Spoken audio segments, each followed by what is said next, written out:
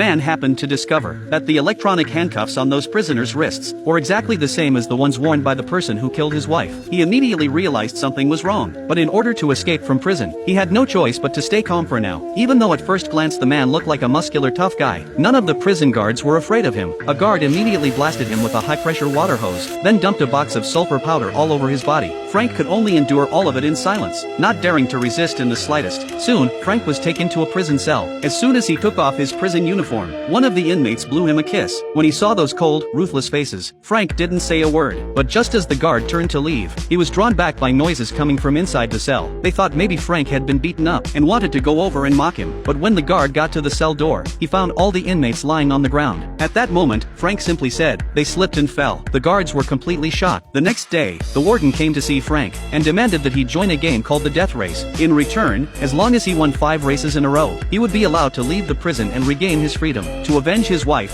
Frank agreed without hesitation. After that, the warden brought Frank to a workshop and handed him over to a coach. From that moment on, Frank was on a path of no return. Soon, the day of the race arrived. Frank put on his mask and entered the track. The other racers also got into their cars. Just then, a prison bus arrived, and several attractive women got off. But they weren't there to watch the race. They were navigators assigned to each driver. A woman in a black top became Frank's navigator for the race. When she got in the car, they greeted each other politely. As the window closed, Frank took off his mask, ready to fight with everything he had. Then, at the warden's command, the deadly game officially began. 4-time winner Frankenstein, 3-time winner Machine Gun Joe, Travis Cope,